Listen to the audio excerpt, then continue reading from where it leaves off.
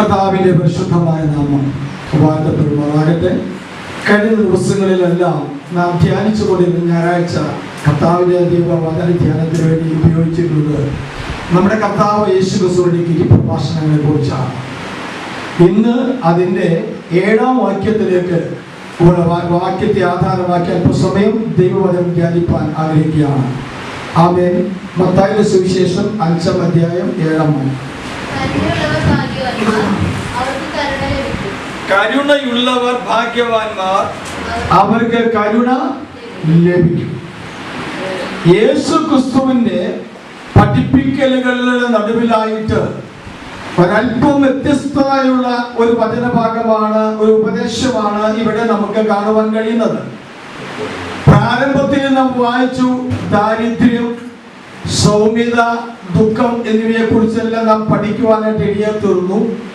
അതെല്ലാം ലോകത്തോടുള്ള ബന്ധത്തിൽ നാം പരിശോധിക്കുമ്പോൾ നമ്മുടെ ബുദ്ധിയിൽ മനസ്സിലാക്കാൻ കഴിയുന്ന കാര്യങ്ങളല്ല. എങ്കിലും വചനത്തിന്റെ ഉള്ളിലേക്ക് ഇറങ്ങിയപ്പോൾ നമുക്ക് മനസ്സിലായി അവ നമുക്ക് വളരെ വിലപ്പെട്ടതാണ് എന്ന് ഞാൻ അങ്ങനെ വിശ്വസിക്കുന്നു. ഹല്ലേലൂയ. ഇന്ന് പകൽ ദൈവവചനത്തിന്റെ മുമ്പാഗതമായിരിക്കുമ്പോൾ കർത്താവേ, നീ എന്നോട് സംസാരിക്കണമേ എന്ന് പറയാൻ നമുക്കുണ്ടാകണം. ചിലത് ദൈവത്തിങ്കിൽ നിന്ന് പ്രാപിച്ചിട്ട് വേണം നമുക്ക് തിരിച്ചു പോകാൻ. പിന്നെ എന്റെ സഹോദരൻ ദൈവത്തിൽ ശുശ്രൂഷിക്കുമ്പോൾ സുന്ദരൻ ദേവാലയ ഗോപുരത്തിൽ ഇരുന്ന മനുഷ്യനോട്, ആമേൻ, പിറവിയിലെ മുടന്തനായ മനുഷ്യനോട് പത്രോസ് പറഞ്ഞ വാക്ക് വളരെ അർത്ഥവത്തായ വാക്കാണ്. അദ്ദേഹത്തോട് ആ തന്നിൽ എന്തെങ്കിലും ഭിക്ഷ കിട്ടുമെന്ന് വിചാരിച്ച് തന്നിലേക്ക് ആ ഭിക്ഷപാത്രം നീട്ടിയ മനുഷ്യനോട് പത്രോസ് പറഞ്ഞ കാര്യം എന്താണ്? നിന്റെ പെട്ടിയിൽ നിന്റെ നീട്ടിയ പാത്രത്തിൽ ഇടുവാനൊന്നും ഇല്ല, നീ ഉദ്ദേശിക്കുന്നില്ല. എന്നിട്ട് പത്രോസ് പറഞ്ഞ വാക്ക് ഇവിടെ ഇരുന്നപ്പോൾ എന്റെ ഉള്ളിൽ വാള് പോലെ വന്നു. എത്ര പേര് അതിന്റെ ഉള്ളിൽ, ആമേൻ, എത്ര പേര് പേടിച്ചു വചനം കേട്ടെന്ന് എനിക്ക് അറിയില്ല. ഞാൻ പേടിച്ചു. ഞാൻ പേടിക്കാൻ കാരണം ആമേൻ, പ്രൈസ് ദി ലോർഡ്, പത്രോസ് പറഞ്ഞ വാക്കാണ് എനിക്കുള്ളത്. എനിക്കുള്ളത് പത്രോസ് കൊടുത്തത് ഇല്ലാത്തതല്ല. പത്രോസ് കൊടുത്തത് എന്താണ്? തനിക്കുള്ളതാണ്. തനിക്കുള്ളതാണ്. ആ വാക്ക് കേട്ടപ്പോൾ, വചനം കേട്ടപ്പോൾ ഞാൻ ഒന്നും ഞെട്ടിപ്പോകാൻ ഇടയാത്തുള്ളൂ. Praise the Lord, hallelujah. ഇന്ന് പകൽ ദൈവസഭ ചിന്തിക്കണം, എന്തെങ്കിലും ഉണ്ടോ നമ്മുടെ കയ്യിൽ. ദൈവജനം ചിന്തിക്കണം, നമ്മുടെ കയ്യിൽ എന്തെങ്കിലും ഉണ്ടോന്ന്. നമ്മളിങ്ങനെ പുൽപ്പന്താടി പോലെയുള്ള ജീവിതം നയിച്ചാലുണ്ടല്ലോ, ഒരു നാൾ വല്ലയിടത്ത് ഉടക്കി കിടക്കും. ഉത്തരവാദിത്വമുള്ള ഒരു ജീവിതം നയിക്കുവാൻ നമ്മുടെ മേൽ ഏൽപ്പിച്ച ദൈവിക ശുശ്രൂഷകൾ അത് അർഹതപ്പെട്ടവന്റെ കയ്യിലേക്ക് എത്തിച്ചേരുവാൻ പ്രാർത്ഥനയോടെ ദിവസം ജാഗരിക്കുന്നുവെങ്കിൽ ദൈവം എന്നെയും നിങ്ങളെയും സഭയെയും ഉപയോഗിക്കും. ഞാൻ ആ ഭാഗം പറഞ്ഞുവിടുകയാണ്. ഇവിടെ യേശു കർത്താവ് പഠിപ്പിക്കുകയാണ്, കരുണയുള്ളവർ ഭാഗ്യവാന്മാർ. ഞാൻ പറഞ്ഞല്ലോ, ഗിരിപ്രഭാഷണങ്ങൾ എന്ന് പറയുന്നത് യേശു ക്രിസ്തുവിന്റെ രാജ്യത്തിന്റെ ഭരണഘടനയാണ്. ആ രാജ്യത്തിൽ വരുന്ന പൗരന്മാർ എപ്രകാരം ആയിരിക്കണം, അവരുടെ സാമൂഹികമായ ആത്മീകമായ എല്ലാം മോറൽ അല്ലെങ്കിൽ ഒരു സ്വഭാവത്തെ കുറിച്ച് അവർ എങ്ങനെയായിരിക്കണം എന്നുള്ളതിന്റെ ഒരു ബ്ലൂ പ്രിന്റ് ആണ് ഈ ഗിരിപ്രഭാഷണങ്ങളെല്ലാം തന്നെ. ഇവിടെ ഒരു കരുണയുള്ളവർ ഭാഗ്യവാന്മാർ. Price the Lord. അവർക്ക് എന്ത് ചെയ്യും? കരുണ ലഭിക്കും. കരുണ എന്നുള്ളത് ഒരു ദൈവിക സ്വഭാവമാണ്. കരുണ എന്നുള്ളത് ഒരു ദൈവിക സ്വഭാവമാണ്. ഇതിന്റെ കരുണയുടെ വിപരീതം എന്താണ്? കരുണയുടെ വിപരീതം എന്താണ്? മൃഗീയം. കരുണ എന്ന് പറഞ്ഞത് ദൈവിക സ്വഭാവവും മൃഗീയം എന്ന് പറഞ്ഞത് ആമേൻ ഒരു പൈശാചിക സ്വഭാവമാണ്. Price the Lord. നമുക്കൊക്കെ ഒരു മൃഗീയ സ്വഭാവമാണ് ആമേൻ പലപ്പോഴും കരുണയുടെ വിരുദ്ധമായിരിക്കുന്നത്. ഞാൻ കഴിഞ്ഞ ദിവസം ഇവിടെ ഒരു പൂച്ചയുടെ ഒന്നിനെ പിടിച്ചു. എനിക്ക് ഭയങ്കര വിഷമമായി. എനിക്ക് ഒന്നിനെ കൊല്ലുന്നത് ഇഷ്ടമല്ല, പ്രത്യേകിച്ച് ജീവികളെ കൊല്ലുന്നത് എനിക്ക് തീരെ ഇഷ്ടമല്ല. ഏതായാലും പൂച്ചയെ തടസ്സപ്പെടുത്താൻ എനിക്ക് കഴിയില്ല. കാരണം ഞാൻ ആ പൂച്ചയെ നഷ്ടപ്പെടാൻ ആട്ടിക്കളഞ്ഞാൽ ആ ഒന്ന് പകുതി ജീവനായിട്ട് അവിടെ കുറെ കാലം ഞാനൊക്കെ എടുക്കും. അതിനേക്കാൾ നല്ലത് മരിച്ചു പോകുന്നതാണ് നല്ലതെന്ന് എനിക്ക് തോന്നി. ഞാൻ ഈ ഓന്തിനെ പിടിച്ച പൂച്ച ഇങ്ങനെ നോക്കിക്കൊണ്ടിരുന്നപ്പോൾ എനിക്കൊരു കൗതുകം തോന്നി. ഈ പൂച്ച എന്താ അറിയുന്ന കുറച്ച് കഴിയുമ്പോൾ ഒന്ന് തൊടും, ഒരു കൈയോടൊന്ന് തൊടും, പോകുന്നില്ല പാലിന്. അപ്പൊ പാവം ജീവൻ കിട്ടുമെന്ന് വിചാരിച്ച് ഓടാൻ നോക്കും. അത് കഴിഞ്ഞ് അവിടെ നിൽക്കും. അപ്പൊ ഉടനെ ഈ പൂച്ച കൈകൊണ്ട് ആ വാലൊന്ന് അമർത്തി പിടിക്കും. രക്ഷപ്പെടാൻ കഴിയില്ലെന്ന് കാണുമ്പോൾ ഒന്ന് നിസ്സഹായനാവും. കുറച്ച് കഴിഞ്ഞ ഇപ്പൊ ഒന്നിന് ഒന്നുകൂടെ തോന്നും, വീണ്ടും തോടാൻ നോക്കും. ഇതേ ആവർത്തിച്ചുകൊണ്ടിരിക്കും. ദൈവമക്കളെ, ഈ പൂച്ചയ്ക്ക് ഒരു കുറ്റബോധം തോന്നുന്നില്ലല്ലോ. ഈ പൂച്ചയ്ക്ക് വല്ല കുറ്റബോധം തോന്നുന്നു? ഇല്ല. അതിന്റെ സ്വഭാവം മൃഗീയമായതുകൊണ്ടാണ്, അതിന്റെ ഉള്ളിൽ മനസ്സലിവില്ലാത്തതുകൊണ്ടും, അതിന്റെ സ്വഭാവം മൃഗീയമായതുകൊണ്ടും ക്രൂരത ചെയ്യുവാൻ അതിനൊരിക്കലും മനസ്സാക്ഷി കൊടുത്ത് വരില്ല. എന്നാൽ ഒരു കാര്യം ഞാൻ ശ്രദ്ധിച്ചിട്ടുണ്ടോ? ഏത് കഠിന ഹൃദയനായ മനുഷ്യനും, എന്റെ നാട്ടിലൊരാള് ഒരു സ്ത്രീയെ കൊന്നതായിട്ട് ഞാൻ കേട്ടിട്ടുണ്ട്. എന്റെ ചെറുപ്രായത്തിലുള്ളതാണ്. പണത്തിന്റെയും മറ്റും സ്വാധീനത്തിൽ ആ മരണം ആത്മഹത്യയായി മാറ്റപ്പെട്ടു. വർഷങ്ങൾക്ക് മുമ്പ് നടന്നതാണ്. പക്ഷേ ഈ ക്രൂരനാക മനുഷ്യൻ, ആ സഹോദരി, ആ സ്ത്രീ മരിച്ചു കിടക്കുമ്പോൾ ഞാൻ കാണാൻ പറ്റും. ഞാൻ സ്കൂളിൽ പോകുന്ന സമയമാണ്. പാടത്ത് ഒരു കുളത്തിലാണ് ശവം പൊന്തിക്കെടുക്കുന്നത്. ആ വെള്ളം നെടുക്കുന്നതുകൊണ്ട് ഞങ്ങൾ നമ്മുടെ ഈ പാടത്തിന്റെ പരപ്പും കുളവും തമ്മിൽ വെള്ളം തമ്മിൽ വലിയ വ്യത്യാസമൊന്നുമില്ല. എന്ന് പറഞ്ഞാൽ ഈ സ്ത്രീ നല്ല ഉയരത്തിൽ നമുക്ക് തൊടാൻ പറ്റാത്ത ഉയരത്തിലൊക്കെ എടുക്കുന്നത്. അപ്പൊ ഞങ്ങൾ പിള്ളേരല്ലേ, പോകുന്ന സമയത്ത് പോലീസുണ്ട്, ഒരുപാട് ആൾക്കാരുണ്ട്. ഞങ്ങളും കാണാൻ ചെന്നിരുന്നു അതിൻ്റെ അടുത്ത്. അപ്പൊ എനിക്ക് അടുത്തിരുന്ന ഒരാളുണ്ട്. ആ മനുഷ്യൻ പറഞ്ഞു, ഇത് തല്ലിക്കൊന്നതാ മോനെ. അപ്പൊ ഞാൻ ചോദിച്ചു, ഞങ്ങള് പിള്ളേര് അന്വേഷണം നമ്മുടെ അറിയാനുള്ള ആണ്ടും കൊണ്ട് അതെന്തുകൊണ്ട് അത് തല്ലിക്കൊന്നാന്ന് പറഞ്ഞത് അവൻ കൊണ്ടു. അതിന്റെ വയറ്റത്തൊക്കെ കണ്ടു, നീ പാട് കണ്ടു നോക്കിയപ്പോ നല്ല കറുത്ത പാട് കിടപ്പുണ്ട്, തൊലിക്ക് അഴിഞ്ഞു പോയിട്ടുണ്ട്. അത് കഴിഞ്ഞിട്ട് പറഞ്ഞു, ഒരാൾ വെള്ളം കുടിച്ച് സ്വയം ചാടി മരിക്കുകയാണെങ്കിൽ കമന്ന കിടക്കുന്നത്, ഇത് മലർന്ന് കിടക്കുന്നതുകൊണ്ട് മരിച്ചിട്ടിട്ടതാ. അങ്ങനെ എല്ലാ കാര്യങ്ങളും പ്രബന്ധം ഞങ്ങൾക്ക് അവതരിപ്പിച്ചെന്ന് ഞങ്ങളൊക്കെ കേട്ട് നല്ലോണം എഴുതി വെച്ച് പഠിച്ചു. പൈസയ്ക്ക് ജോലിയില്ലാത്തത് കൊണ്ട് മാർക്ക് കിട്ടിയില്ല, നല്ലോണം ഉള്ളിൽ പഠിച്ചു. കുറെ വർഷങ്ങൾ കഴിഞ്ഞു. ഈ മനുഷ്യനെ രോഗം കൂടി, പ്രമേഹം ഉണ്ടായിരുന്നു. പ്രമേഹം കൂടി തന്റെ തള്ളവിരലെടുത്തു. അത് കഴിഞ്ഞപ്പോൾ കാൽപ്പത്തി എടുത്തു മാറ്റി. പിന്നെ കാലിന്റെ ഒരു കഷ്ണം ഇവിടെ തുട വരെ മുറിച്ചു പോയി. 2 കാലുകളും തുട മുറിച്ചു പോയി. അത് കഴിഞ്ഞ് പിന്നീടും പഴുപ്പ് കയറിയപ്പോൾ ഡോക്ടർമാർ പറഞ്ഞു, ഇനി ഞങ്ങളുടെ ഭാഗത്ത് ഒന്നും ചെയ്യാനായിട്ടില്ല, ഇനി അങ്ങോട്ട് മുറിക്കാൻ പറ്റില്ല. പക്ഷേ ദൂരവേക്കൊരു കരച്ചിൽ കേട്ടു നാട്ടുകാർ, ഞങ്ങളുടെ നാട്ടുകാർ. ആ കരച്ചിൽ ഇതായിരുന്നു, അമ്മണീനെ കൊണ്ടത് ഞാനാട്ടാണ്. ഏത് കഠിന ഹൃദയം ഒന്ന് തകരും. ഏത് കഠിന ഹൃദയം എന്ത് ചെയ്യും?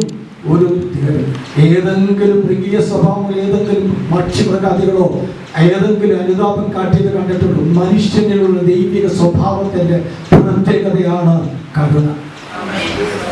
കരുണ എന്നുള്ളത് എന്താണ്? നമ്മുടെ ദൈവത്തിന്റെ ഒരു സ്വഭാവമാണ്. പുറപ്പാട് 34:6 വായിച്ചു.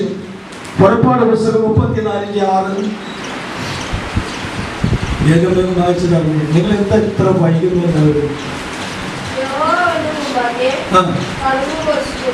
മോശയുടെ മുമ്പാകെ യഹോവ കടന്നുകൊണ്ട് പ്രഘോഷിക്കുകയാണ്.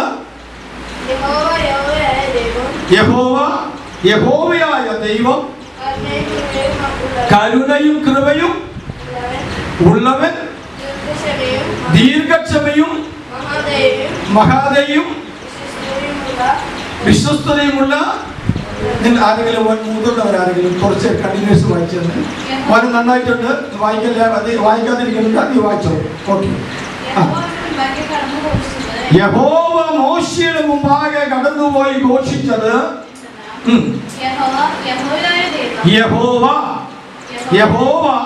യഹോവയായ ദൈവം കരുണയും കൃപയും ഉള്ളവൻ. അപ്പൊ കരുണ എന്നുള്ളത് എന്താണ്? ദൈവിക സ്വഭാവമാണ്. കരുണ എന്നുള്ള ദൈവിക സ്വഭാവം ദൈവം ആഗ്രഹിക്കുന്നത് അവന്റെ മക്കൾ അവനെ പോലെ ആയിത്തീരണമെന്നാണ്. യേശുവേ ദൈവം പറഞ്ഞിട്ടുണ്ട്, ഞാൻ വിശുദ്ധനാകിയാൽ നിങ്ങളും വിശുദ്ധീകരിച്ച് വിശുദ്ധരായിരിപ്പീൻ. Amen. Praise the Lord. Hallelujah. നാം യേശുക്രിസ്തുവിന്റെ ദൈവത്തിന്റെ അനുകാരികൾ ആയിരിക്കേണ്ടവരാണ്. യേശുക്രിസ്തുവിന്റെ പരസ്യ ശുശ്രൂഷ സമയത്ത് നിങ്ങൾ കാണുവാൻ കഴിയും, യേശുക്രിസ്തുവിന്റെ അടയാളങ്ങളായി ചെയ്ത അത്ഭുതങ്ങളെല്ലാം കരുണയിൽ നിന്ന് ആരംഭിച്ചതാണ്. തന്റെ പ്രശസ്തി ഉയർത്തുവാനോ തന്നെ മഹത്വവൽക്കരിക്കുവാനോ ഇന്നുള്ള പല കൺവെൻഷൻ പ്രസംഗികൾ കാണിക്കുന്ന പോലെ ഇത്ര സെന്റിമീറ്റർ ആയിരുന്നു വലിപ്പോൾ, ഇപ്പൊ ഇത്ര സെന്റിമീറ്റർ 2 സെന്റിമീറ്റർ വളർന്നിട്ടുണ്ട്, നാളെക്കാലം 2-ാമതും 3-ാമതും എന്നൊക്കെ പറഞ്ഞ് തങ്ങളെ തന്നെ മഹത്വവൽക്കരിക്കുവാനല്ല, കർത്താവ് അവരോട് കരുണ കാണിക്കുകയായിരുന്നു ചെയ്തത്. യേശുക്രിസ്തുവിന്റെ ശുശ്രൂഷയുടെ അടിസ്ഥാനം തന്റെ സ്വഭാവമായിരുന്നു. ഇന്ന് പകൽ ദൈവമക്കൾ മനസ്സിലാക്കണം, ഇവിടെ പറയുന്നു നമ്മുടെ ദൈവം ആരാണ്? കരുണയും കൃപയും ഉള്ളവനാണ്. Price the Lord. ഈ സ്വഭാവം പിന്നീട് 2-3 വിശ്വാസം പറയുന്നുണ്ട്, അതുകൂടെ വായിക്കാം നമുക്ക്. ദീർഘക്ഷമയും മഹാദയും, ദീർഘക്ഷമയും മഹാദയും വിശ്വസ്തനുമുള്ളവൻ. ദൈവം യഹോവ ഘോഷിക്കുക, ആരുടെ മുമ്പിൽ ഘോഷിക്കുകയാണ്? മോശയ്ക്ക് തന്നെ പരിചയപ്പെടുത്തി കൊടുക്കുക. ഇന്ന് പകൽ അവൻ ദൈവം തന്നെ കുറിച്ച് പറഞ്ഞ സാക്ഷ്യമാണിത്. എന്നാൽ ഇന്ന് പകൽ നമുക്ക് നമ്മിലൊരു സാക്ഷ്യമുണ്ടോ ഈ പണ്ട് പറയാൻ? ആരുടെ മുമ്പിൽ പറയാനല്ല, പാസ്റ്റർ മുമ്പിൽ പറയാനല്ല, സഭയുടെ മുമ്പിൽ പറയാനല്ല, നമുക്ക് നമ്മോട് പറയാൻ പറ്റുമോ ഈ സ്വഭാവങ്ങൾ നമ്മിലുണ്ടെന്ന്? നാം ദൈവമക്കളാണെങ്കിൽ ദൈവ സ്വഭാവം നമ്മിൽ വരും, ദൈവിക സ്വഭാവം വരും.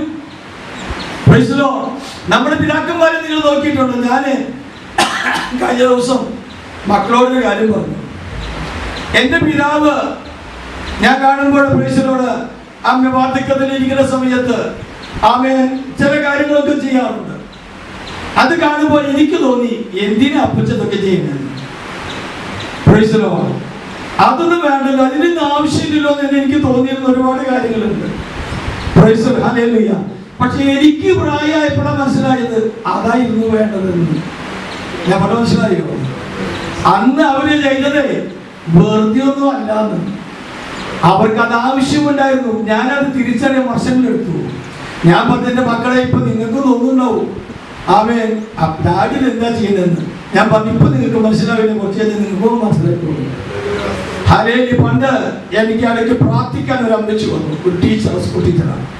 ഈ സ്കൂൾ ടീച്ചർ മെന്റലി ഡിപ്രസ്ഡാണ്, മാനസിക രോഗിയാണ്.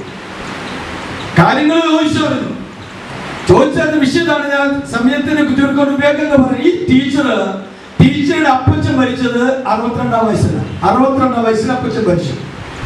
അപ്പോൾ അപ്പച്ചൻ മരിച്ചു കേട്ട് ആരെങ്കിലും വരുമ്പോൾ പരിചയക്കാരെങ്കിലും എന്തേ അപ്പച്ചൻ മരിച്ചില്ല, അപ്പോൾ എന്തായാലും അസുഖം. അപ്പൊ ഈ ടീച്ചർ പറഞ്ഞിരുന്നു വയസ്സായിട്ട് മരിച്ചാണ്. 62 വയസ്സായി മരിച്ച അപ്പച്ചൻ വാർദ്ധക്യ സഹജമായ രോഗങ്ങളാൽ മരിച്ചതെന്നായിരുന്നു ഇവര് പറഞ്ഞത്. ഈ ടീച്ചർക്ക് 65-ാം വയസ്സ്.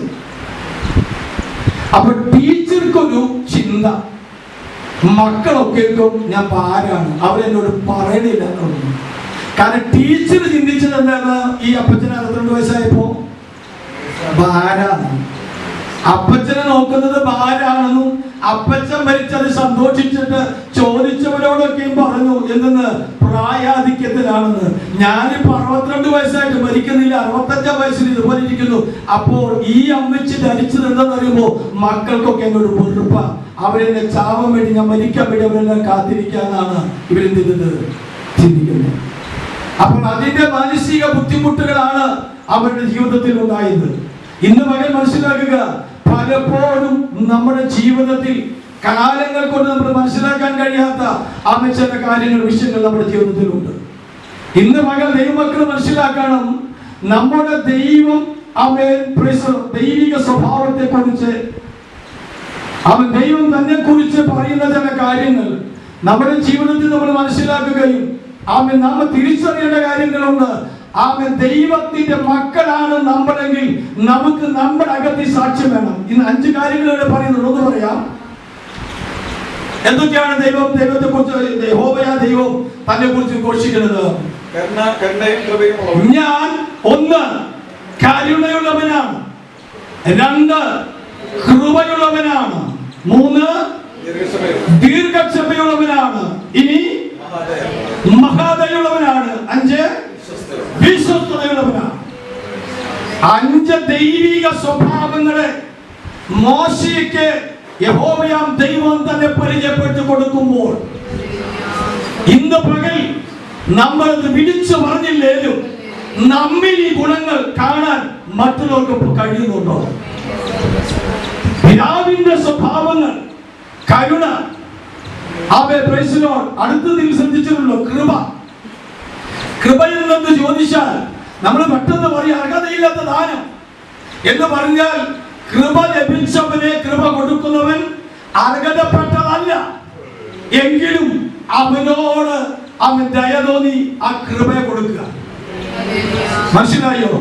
ഇന്ന് പകൽ നമ്മുടെ വ്യക്തി ജീവിതത്തിൽ ആരോടെങ്കിലും കൃപ കാണിച്ചിട്ടുണ്ടോ? നമ്മുടെ പ്രൈസിൽ എല്ലാ കാര്യങ്ങളും എങ്ങനെയെന്ന് അറിയോ? ഞാൻ പണ്ട് പറഞ്ഞില്ലേ, ചൂടുമായി ബന്ധപ്പെട്ട് 2 ഇൻസ്ട്രുമെന്റ് ഉണ്ട്. ഒന്ന് തെർമോമീറ്ററാണ്. തെർമോമീറ്ററിന്റെ പ്രത്യേകത എന്താണ്? കുട്ടികളെന്ന് പറയാം, തെർമോമീറ്റർ എന്തിനാ ഉപയോഗിക്കുന്നത്? പനി വന്നാൽ നമ്മുടെ വായിലോ നാവിന്റെ അടിയിലോ അല്ലെങ്കിൽ കക്ഷത്തിലോ അവിടെ എവിടേക്കും വെച്ച് ചോദ്യം നോക്കും, ആ ചൂട് നോക്കും. അപ്പൊ നോക്കും, നാവിന്റെ അടിയിൽ വെച്ച് കൊടുത്ത് മുതിർന്നവരാണെങ്കിൽ നാവിന്റെ അടിയിൽ വെച്ച് കൊടുക്കും. നാവിന്റെ അടിയിൽ വെച്ച് കുറച്ച് കഴിഞ്ഞ അമ്മ നേഴ്സ് എടുത്ത് നോക്കിയിട്ട് പറയും 98, 102, 105 എന്ന് പറയും. എന്ന് പറഞ്ഞാൽ ആ തെർമോമീറ്റർ കാണിക്കുന്നത് എന്താണ്? എന്റെ ശരീരത്തിന്റെ ഊഷ്മാവ്, ചൂട് എത്രയുണ്ടോ അത് അത്ര കാണിക്കും. അതിന്റെ അപ്പുറത്തേക്ക് ഒന്നും പറയാൻ അതിന് കഴിയില്ല. ഇയാളിൽ ഇത്ര ചൂടുണ്ടെന്ന നമ്മുടെ സ്വഭാവം എന്താ? ഇങ്ങോട്ട് തിരിച്ചാൽ അങ്ങോട്ട് തിരിക്കും, ഇങ്ങോട്ട് പറഞ്ഞാൽ അങ്ങോട്ട് പറയും. ഇങ്ങോട്ട് എന്താണോ അതേ ഉള്ളൂ. പല വ്യത്യാസവും എന്താ? കൃപ അതിൻ്റെ അകത്ത് വരൂ, കൃപ വരും അതിനകത്ത്. കൃപയില്ല. എന്നോട് എന്താണ്? എന്നോട് ചിരിച്ചാൽ ഞാൻ ചിരിക്കാം, എന്നോട് പറഞ്ഞാൽ ഞാൻ പറയാം, എന്നോട് സംസാരിച്ചാൽ ഞാൻ സംസാരിക്കാം എന്നതല്ലാതെ ഇങ്ങോട്ട് കിട്ടാത്തത് എന്തെങ്കിലും അങ്ങോട്ട് കൊടുക്കുന്ന ഒരു ജീവിതം നയിക്കുന്നവരാരോ അവർ ദൈവവൈദ്യങ്ങളല്ല. ഇന്ന് മകൻ മനസ്സിലാക്കുക, അവരെ പലർക്കും പലരോടും നിന്താ ബുദ്ധിമുട്ടാണ്. കാരണം അവര് എന്നോട് മിണ്ടിയിട്ടില്ല. എന്നോട് മിണ്ടിയില്ലെങ്കിൽ ഞാൻ എന്ത് ചെയ്യില്ല, അങ്ങോട്ട് മിണ്ടില്ല. ഈ വക ചിന്താഗതികളൊന്നും ദൈവിക സ്വഭാവങ്ങളല്ല. ദൈവിക സ്വഭാവങ്ങൾ കൃപ കാണിക്കുന്നതാണ്. അവരോട് സംസാരിക്കാനും അവരുടെ വിശേഷങ്ങൾ അറിയിക്കുവാൻ ചോദിക്കുവാനും അവർക്ക് അർഹതയില്ലെങ്കിലും നിന്റെ അകത്ത് ദൈവ സ്വഭാവം ഉണ്ടെങ്കിൽ നീ അവരെ കരുതും, നീ അവരെ ശ്രദ്ധിക്കും, നീ അവരോട് മനസ്സറിയും. രണ്ടാമത്തെ ഇൻസ്ട്രുമെന്റ് തെർമോസ്റ്റാറ്റ്. തെർമോസ്റ്റാറ്റ് അതെന്തിനാ ഉപയോഗിക്കുന്നത്? തെർമോസ്റ്റാറ്റ് എന്തിനാ ഉപയോഗിക്കുന്നത്? നിങ്ങളൊന്നും ഈ ഫിസിക്സ് വിഷയം പഠിച്ചിട്ടില്ല മക്കളെ. തെർമോസ്റ്റാറ്റ് ഉപയോഗിക്കുന്നത് ഇപ്പൊ ഈ റൂമില്, ഇപ്പൊ നമ്മുടെ ഹോളിന്റെ അകത്ത് ഇവിടെ ഒരു 25 ഡിഗ്രി ചൂടുള്ളൂ എന്ന് വിചാരിക്കുക. നമുക്കറിയാം തണുപ്പ് തുടങ്ങാം. 25 ഡിഗ്രി വരുമ്പോൾ നമുക്കൊക്കെ ഒരു ചെറിയ തണുപ്പ് വരും. അപ്പൊ നമുക്കൊരു 28 ഓ 30 ആവശ്യമാണ്. തെർമോസ്റ്റാറ്റ് ഓൺ ചെയ്ത് ആ നീഡിലൊന്ന് അഡ്ജസ്റ്റ് ചെയ്ത് കഴിഞ്ഞാൽ ഈ അന്തരീക്ഷത്തെ അത് മാറ്റും. അന്തരീക്ഷത്തെ 25 അല്ലെങ്കിൽ 20, 28 അഥവാ നമ്മുടെ ശരീര ഊഷ്മാവിന്റെ നിലവാരത്തിലേക്ക് അതിനെ ഉയർത്തിക്കൊണ്ടുവരുവാൻ കഴിയും. ഇന്ന് മകൻ നിന്നോട് സംസാരിക്കാത്ത വ്യക്തിയെ സംസാരിപ്പിക്കാൻ, നിന്നോട് ചിരിക്കാത്ത വ്യക്തിയെ ചിരിപ്പിക്കാൻ, നിനക്ക് ആശ്വാസം തരാത്ത വ്യക്തിക്ക് ആശ്വാസം കൊടുക്കാൻ ഒരു തെർമോസ്റ്റാറ്റിനെ പോലെ ഒരു പരിവർത്തന ക്രിയ അകത്ത് വ്യാപരിക്കുന്നുണ്ട്. ദൈവമേ, നമ്മളെപ്പോഴും പുതുപുറുപ്പുകര. അവരെന്നോട് മിണ്ടുന്നില്ല, അവരെന്നോട് സംസാരിക്കുന്നില്ല, അവരെന്നോട് ചെറുക്കുന്നില്ല. നീ ചെയ്തോ? നീ അവരോടൊന്ന് ചെയ്യുന്നുണ്ടോ? അതിന് നമുക്ക് ഉത്തരവില്ല. തെർമോമീറ്ററാണ് നമ്മൾ. ഇങ്ങോട്ട് എത്രയാണുണ്ട് അത് അത്രയും തരാം. എന്നാൽ ഇന്ന് പകൽ തെർമോസ്റ്റാറ്റ് എന്ന് പറഞ്ഞത് രൂപാന്തരപ്പെടുത്തുവാൻ, നീ ആയിരിക്കുന്ന കുടുംബാന്തരീക്ഷങ്ങളെ മാറ്റുവാൻ, നീ ആയിരിക്കുന്ന അന്തരീക്ഷങ്ങളെ മാറ്റുവാൻ, നീ ആയിരിക്കുന്ന സിറ്റുവേഷൻസിനെ മാറ്റുവാൻ ഒരു കൃപ നിന്റെ ബന്ധം തന്നിട്ടുണ്ട്. അത് ഉപയോഗിക്കാറുണ്ടോ നമ്മള്? അവൻ ദൈവം ആരാണ്? കരുണയുള്ളവനും കൃപയുള്ളവനാണ്. മൂന്നാമത്തേത് ദീർഘക്ഷമ. ക്ഷമേനില്ല, പിന്നെ എങ്ങനെ ദീർഘക്ഷമ? ക്ഷമ എന്ന് പറഞ്ഞ സാധനം നമ്മുടെ കൈവശമില്ല. പിന്നെ എങ്ങനെ ദീർഘക്ഷമ? ദൈവത്തിന്റെ ദീർഘക്ഷമയുടെ ഏറ്റവും വലിയ ആഴം പറയാൻ പറ്റുമോ ബൈബിളിൽ നിന്ന്? ദീർഘക്ഷമയുടെ, ഞാൻ കഴിഞ്ഞ ദിവസം അതിനെ കുറിച്ച് ധ്യാനിച്ചത്, ദൈവത്തിന്റെ ദീർഘക്ഷമയുടെ ഒരു വലിയ ചിത്രീകരണം ബൈബിളിലുണ്ട്. നമ്മുടെ യേശു കർത്താവ് ഞാൻ പോയിട്ട് വരാമെന്ന് പറഞ്ഞത് എന്നാ? ഉയർത്തെഴുന്നേൽപ്പിന്റെ ദിവസങ്ങൾ അല്ലേ?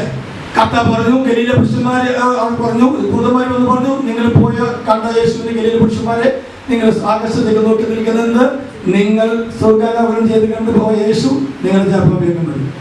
ഇത് ഏകദേശം AD 34 35 നടന്നു വിചാരിക്കുക. ഇപ്പോ ഈ വർഷം ഏതാ? 2020. ഇപ്പൊ അതിന്റെ ഉള്ളിൽ നിന്ന് തന്നെ കണക്ക് കൂട്ടാൻ വേണ്ടി, സൗകര്യത്തിന് വേണ്ടി അമ്മ കുറച്ചൊക്കെ മാറ്റിവെച്ചോ.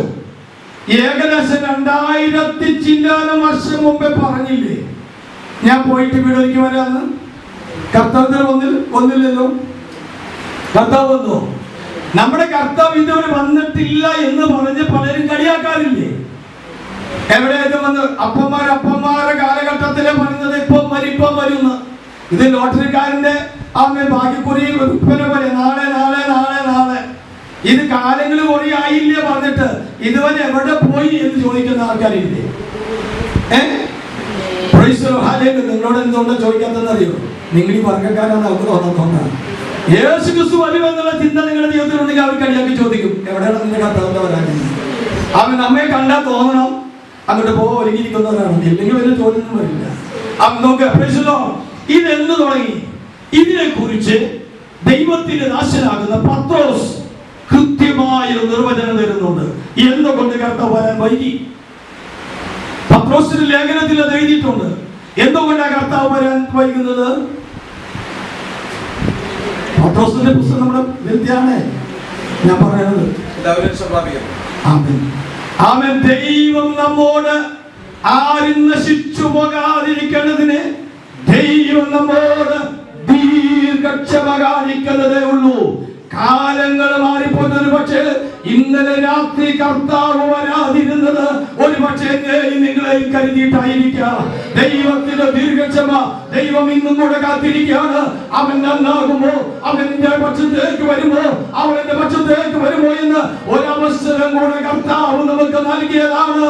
അവന്റെ ദീർഘക്ഷമയുടെ വലിപ്പമാണ് ഇന്ന് മകൻ ജീവനുള്ള മുഖത്ത് ജീവനിൽ ദൈവത്തിന് ആരാധിപ്പാൻ ഇരിക്കുന്നത് എന്ന് ചിന്ത എത്ര പേർക്കുണ്ട്?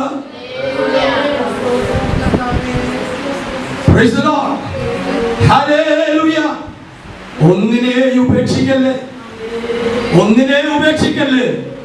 ചിലരൊക്കെ അപ്പനമ്മ പോലും ഉപേക്ഷിക്കും കേട്ടോ, നന്നാവില്ല എന്ന് പറഞ്ഞു. പക്ഷെ ഞാൻ നിങ്ങളോട് പറയട്ടെ, ഒന്നിനും ഉപേക്ഷിക്കല്ലേ. നമ്മുടെ കർത്താവിനെ പ്രവർത്തിക്കാൻ ഇപ്പോൾ സമയം. ദീർഘക്ഷമയുടെ ഒരു മഹാദയ. ആ മഹാദയ ദൈവത്തിന്റെ നാലാമത്തെ സ്വഭാവം എന്താണ്? മഹാദയ. ദയ കാണിക്കാൻ പറ്റും, മഹാദയ കാണിക്കാൻ പറ്റും. ഇതെല്ലാം ദൈവിക സ്വഭാവങ്ങളാണ് പ്രിയപ്പെട്ടവരെ. അഞ്ചാമത്തതിന് വേഗം പോകേണ്ട ആവശ്യമുള്ളതുകൊണ്ടാണ് വിശ്വസ്തത. ഹല്ലേലൂയ. ഈ വിശ്വസ്തത എന്ന് പറഞ്ഞ വാക്കിന് ഒരുപാട് അർത്ഥമുണ്ട്. ബാബു ചെറിയൻ കർത്താവിന്റെ ദാസൻ പറഞ്ഞ ഒരു ഉദാഹരണം ഞാൻ നിങ്ങളോട് പറയാം. ഒരു മനുഷ്യൻ കാറോടിച്ചുകൊണ്ട് ഒരിക്കൽ പമ്പിലേക്ക് ചെന്നു. ഇപ്പോഴല്ല, വർഷങ്ങൾക്ക് മുമ്പേയുള്ള കഥയാത്ര. പോകുമ്പോൾ അവൻ ഈ രാത്രിയാണ് പമ്പിലെ പമ്പ് പെട്രോൾ ഒഴിച്ചു കൊടുക്കുന്ന അതിന്റെ അവൻ സെർവ് ചെയ്യുന്നതായ ഒരാളവിടെ ഇരിപ്പുണ്ട്. അയാൾ ആ ദിവസത്തിൽ കിട്ടിയ വലിയ വില കൂടിയ ഒരു ക്യാമറ നോക്കിക്കൊണ്ടിരിക്കുക. ആ സമയത്താണ് കാറുമായി ഒരാൾ പെട്രോൾ അടിക്കാൻ വന്നത്. ഉടനെ ഇദ്ദേഹം എന്ത് ചെയ്യുന്നത്, ഈ മനുഷ്യൻ പെട്രോൾ പമ്പുകാരൻ തന്റെ ക്യാമറ, വില കൂടിയ അപൂർവമായ ക്യാമറ അതിന്റെ കാറിന്റെ സീറ്റിൽ വെച്ച് ഇതിന്റെ ഡോറൊക്കെ തുറന്ന് പെട്രോൾ കഴിച്ചു കൊടുത്തു, പൈസ കൊടുത്തു, അയാൾ പോയി. ഈ മനുഷ്യനെ ആ കാറിന്റെ നമ്പർ അറിയില്ലായിരുന്നു. ഇന്നത്തെ സൗകര്യമില്ലല്ലോ. ആ മനുഷ്യൻ കണ്ടിട്ടില്ല തന്റെ കാറിന്റെ സീറ്റിൽ ഈ വില കൂടിയ ക്യാമറ ഇരിക്കുന്നത്. അയാൾ ഒരു ദൂരം പോയി വേറെ എവിടെ ചെന്നപ്പോ എന്തോ നോക്കിയപ്പോൾ കണ്ടു വില കൂടിയ അവന്റെ ക്യാമറ തനിക്ക് കിട്ടിയിരുന്നു. ഈ മനുഷ്യൻ ഇതിലറിയോ തിരിച്ചു വണ്ടി. കാരണം അയാൾ ഒറ്റ സ്ഥലത്തെ വണ്ടി നിർത്തിയിട്ടോട് പമ്പിൽ മാത്രം. അതുകൊണ്ട് അദ്ദേഹത്തോട് ചോദിക്കാൻ ഈ മനുഷ്യൻ തിരിച്ചു വന്നു, കാർ ഓടിച്ച് തിരിച്ചു വന്നു. അദ്ദേഹത്തോട് ചോദിച്ചു, നിങ്ങൾക്ക് വലിയ നഷ്ടപ്പെട്ടിട്ടുണ്ടോ? അപ്പൊ ഇയാൾക്ക് ഭയങ്കര സന്തോഷം തോന്നി. കാരണം കാറ് കണ്ടപ്പോൾ മനുഷ്യനെ ആൾക്കാരെ കണ്ടപ്പോൾ എന്റെ ക്യാമറ ഞാൻ അവിടെ വെച്ചിരുന്നു, അതൊക്കെ അതിലെടുത്ത് കൊടുത്തു. ഭയങ്കര സന്തോഷം. ഇതുപോലെ വിശ്വസ്തത കാണിക്കാൻ പറ്റുമോ? കാണിച്ചു. അയാൾ വിശ്വസ്തനല്ലേ? അയാൾ വിശ്വസ്തനല്ലേ? ഇത്രയും വില എന്താ നിങ്ങൾ പറയുന്നുണ്ടാതിരിക്കുന്നത്? വിശ്വസ്തനാണോ അല്ലേ? ഇനി ഞാൻ അടുത്ത് പറഞ്ഞിട്ട് പറയണം ബാക്കിയുള്ള കാര്യം. അപ്പൊ ഇദ്ദേഹം പറഞ്ഞു, നിങ്ങൾ ഏതായാലും എന്റെ വില കൂടിയ ക്യാമറ തിരിച്ചെന്നല്ലേ, നിങ്ങൾ രണ്ടുപേരും ഫോട്ടോ എടുക്കട്ടെ എന്ന് പറഞ്ഞു. അതിനോട് തൊടാൻ പാടില്ല, ഫോട്ടോ എടുക്കാൻ പാടില്ല. അദ്ദേഹം പറഞ്ഞു, എന്താ നിങ്ങൾ പറഞ്ഞു ഇത്രയും വില കൂടിയ ക്യാമറ ഞാൻ ചോദിക്കാതെ നിങ്ങൾക്ക് സ്വന്തമാക്കാൻ കഴിയുമായിരുന്നിട്ടും എനിക്ക് തിരിച്ചു കൊണ്ടുവന്ന് തന്ന ആ വ്യക്തികള് നിങ്ങളെ ഓർമ്മിക്കാൻ ഫോട്ടോ എടുക്കണമെന്ന് പറഞ്ഞു. അറിയുന്നത് അഭിനയം ചോദിച്ചു, എന്താണ് സാർ, എന്തുകൊണ്ട് നോ എന്ന് പറയുന്നു? അതിന്റെ കാര്യമില്ല, കൂടിയിരിക്കണ ആരല്ല, വിശ്വസ്തത കണ്ടു. വിശ്വസ്തത മനസ്സിലായോ നിങ്ങൾക്ക്? ഇപ്പോഴും ചിലർക്ക് ശേഷം കിട്ടിയിട്ടില്ല. അവരിങ്ങനെ ആകാശം നോക്കിയിട്ടിരിക്കുന്നു. ഞാനിവിടെയാ, എന്റെ മുഖത്തേക്ക് നോക്കല്ല. ഞാൻ പറഞ്ഞ കാര്യം മനസ്സിലായോ? ക്യാമറയിൽ വിശ്വസ്തനായിരുന്നു, സ്വകാര്യ ജീവിതത്തിൽ വിശ്വസ്തനല്ല. ഇതാണ് അനവധി ആളുകൾക്ക് പറ്റുന്ന വലിയൊരു കുഴപ്പം. ഏതെങ്കിലും ചെറിയ കാര്യങ്ങളിൽ വിശ്വസ്തത പോരാ, നീ നിന്റെ മുഴു ജീവിതത്തിൽ വിശ്വസ്തത ഉണ്ടായിരിക്കണം.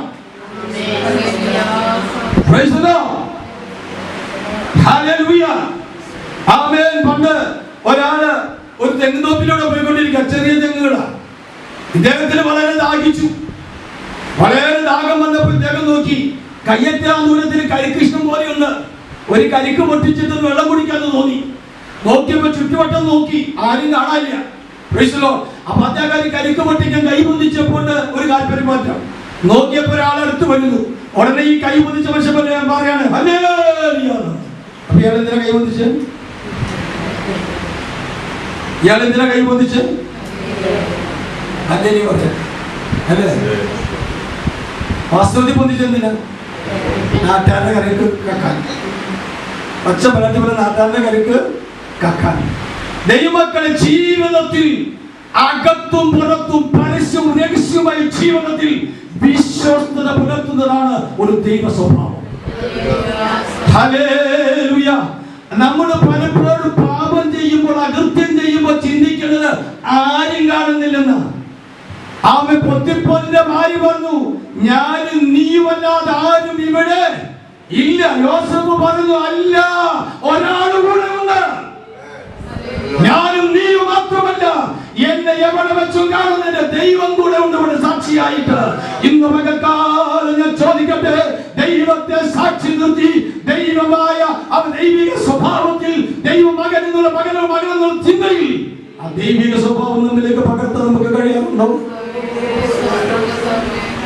പലരും ചില ഏരിയകളിൽ വിശ്വസ്തരാണ്, ചില ഏരിയകളിൽ വിശ്വസ്തരാണ്. മുഴു ജീവിതത്തിൽ എന്തല്ല വിശ്വസ്തത.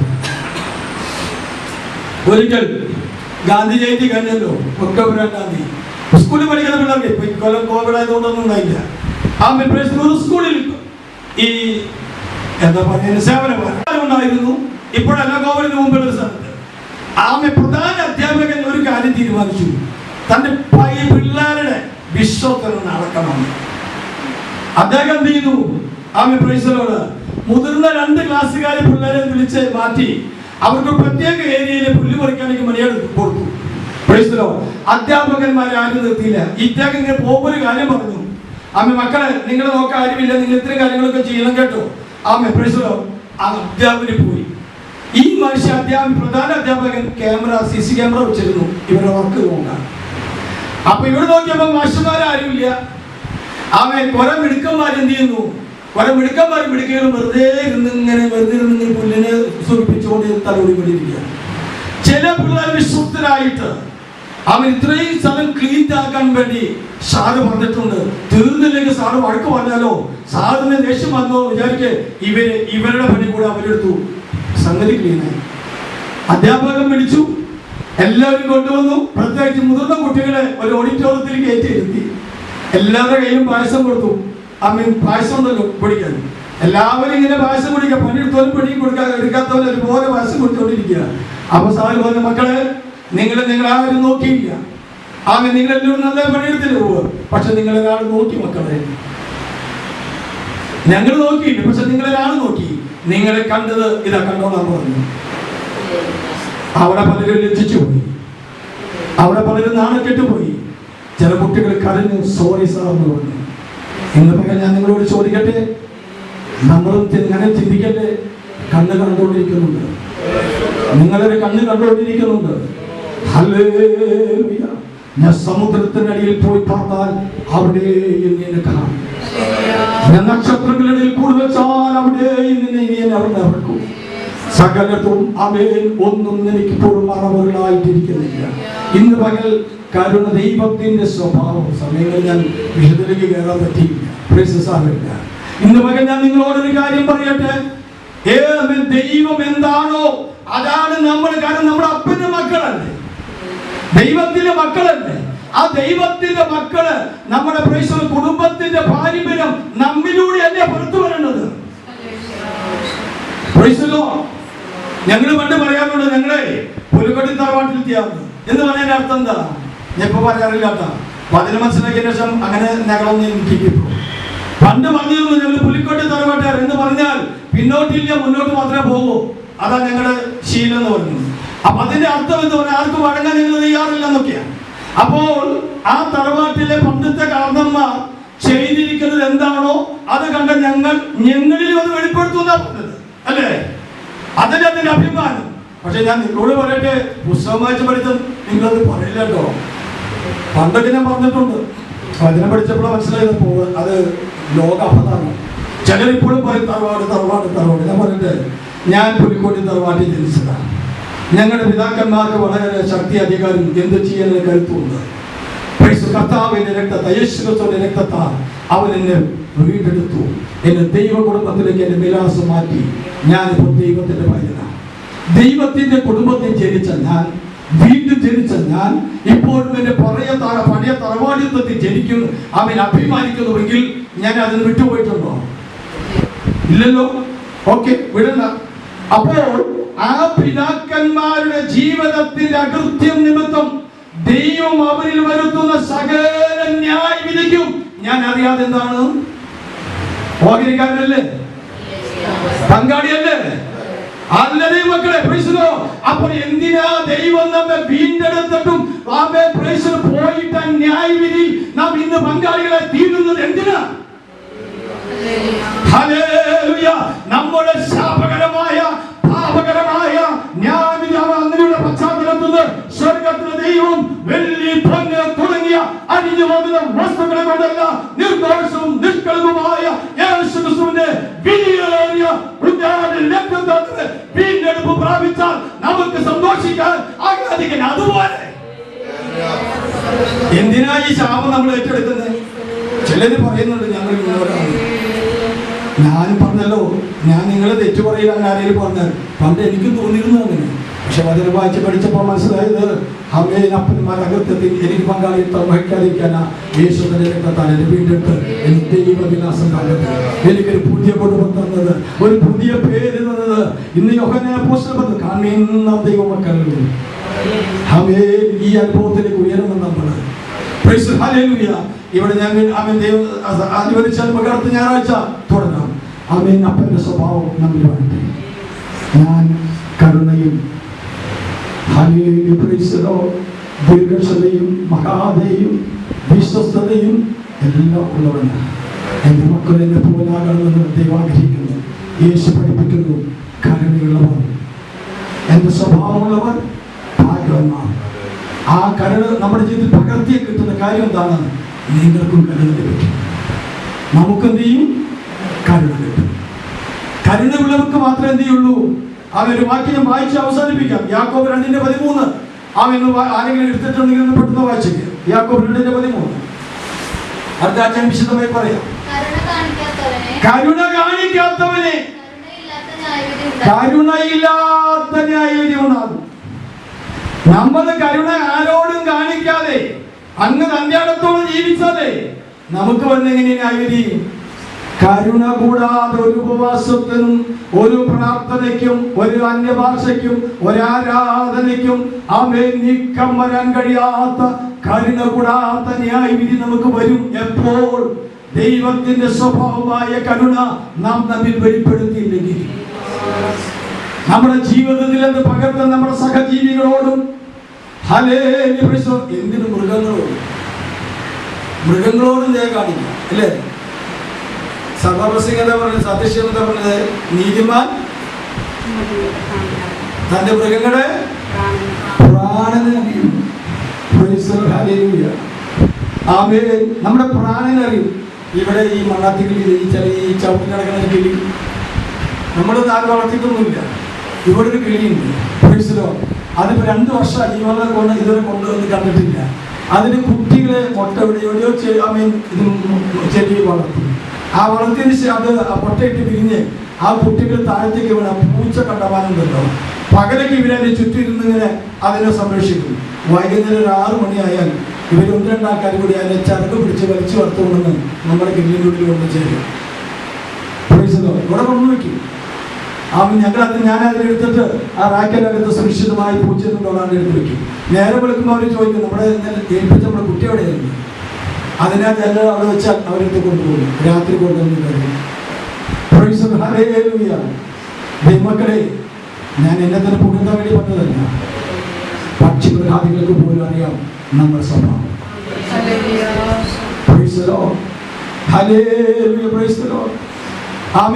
ഞങ്ങളുടെ വീട്ടിൽ പട്ടി ഉണ്ടായിരുന്നപ്പോൾ ആ പട്ടി ഒരാളെ ഒരു ഉപദ്രവം ചെയ്തില്ലെങ്കിലും ആ പട്ടി ഒരാളെ കണ്ട അപ്പം പറയും.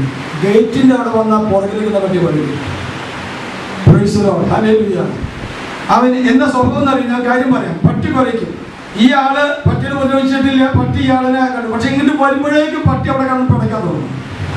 അപ്പോ ഈ ആള് വന്നാൽ പറയും, അതെങ്കിലോ ഈ പട്ടി ചെല്ലി ഉണ്ടാക്കല്. ഒരു എന്താ പറയാ, ഒരു മായല്ലാത്ത സംഭാഷണം. പട്ടി കൂട്ടിലാക്കി. പക്ഷെ ഇയാൾക്ക് എന്താണ് വെറുപ്പാണ് അതിനോട്. ഇതിന്റെ ഈ മനുഷ്യന്റെ ആ വ്യക്തിയുടെ ഉള്ളിലുള്ള വെറുപ്പ് ഇത്രയും ദൂരത്തേക്ക് മൃഗത്തിന് തിരിച്ചറിഞ്ഞു. മനസ്സിലായോ? അതുകൊണ്ട് ആ വ്യക്തി പറഞ്ഞത് ആർക്കിഷ്ടമല്ലായിരുന്നു. ഉപദ്രവിച്ചിട്ടല്ല, നീതിമാന്റെ മൃഗങ്ങളുടെ പ്രാണനെ അറിയുന്നു. ദൈവിക സ്വഭാവമുള്ളവർക്ക് ക്രൂരത കാണിക്കാൻ കഴിയില്ല. നമുക്ക് ക്രൂരത കാണിക്കാൻ സാധിക്കില്ല. ഞാൻ നിങ്ങളോട് ചോദിക്കട്ടെ, നമ്മുടെ വീട്ടിൽ വളർത്തിയൊരു കോഴി, അതിനകത്ത് ദിനം കൂട്ടി പറ്റും? നമ്മള് കാണില്ല. നമ്മുടെ വീട്ടിൽ വളർത്തി വെച്ച് വരുത്തിയതാക്കല്ലേ. അതുപോലെ ബുദ്ധിമുട്ടാ പലപ്പോഴും ദൈവമക്കളെ തീരുന്നോറും, നാം ദൈവത്തോട് ആഭിമുഖ്യമുള്ളവരെ തീരുന്നോറും നമ്മുടെ സ്വഭാവങ്ങൾക്ക് ഒരുപാട് മാറ്റങ്ങളുണ്ട്. ഇത് നമുക്ക് കാണാൻ കഴിഞ്ഞില്ലെങ്കിലും ലോകത്തിന് കാണാം. ദൈവമക്കളെ, യേശുക്രിസ്തുവിന്റെ സ്വഭാവം തന്റെ ശുശ്രൂഷകൾ വെളിപ്പെട്ടതുപോലെ നമ്മുടെ ജീവിതത്തിൽ, സമൂഹത്തിൽ, നമ്മുടെ വീട്ടിൽ അകത്ത്, വീട്ടിലെ അയൽക്കാരോട്, നമ്മുടെ മറ്റുള്ളവരുടെ പെരുമാറ്റത്തിൽ നമ്മിലുള്ള ദൈവിക കൃപകൾ പുറത്തു വരുവാനിടയായി തീരണം. അതിനായിട്ട് നമ്മൾ ഏൽപ്പിച്ചു കൊടുക്കാം. ഈ വചനങ്ങളാൽ ദൈവം നമ്മെ സഹായിക്കാൻ നമ്മുടെ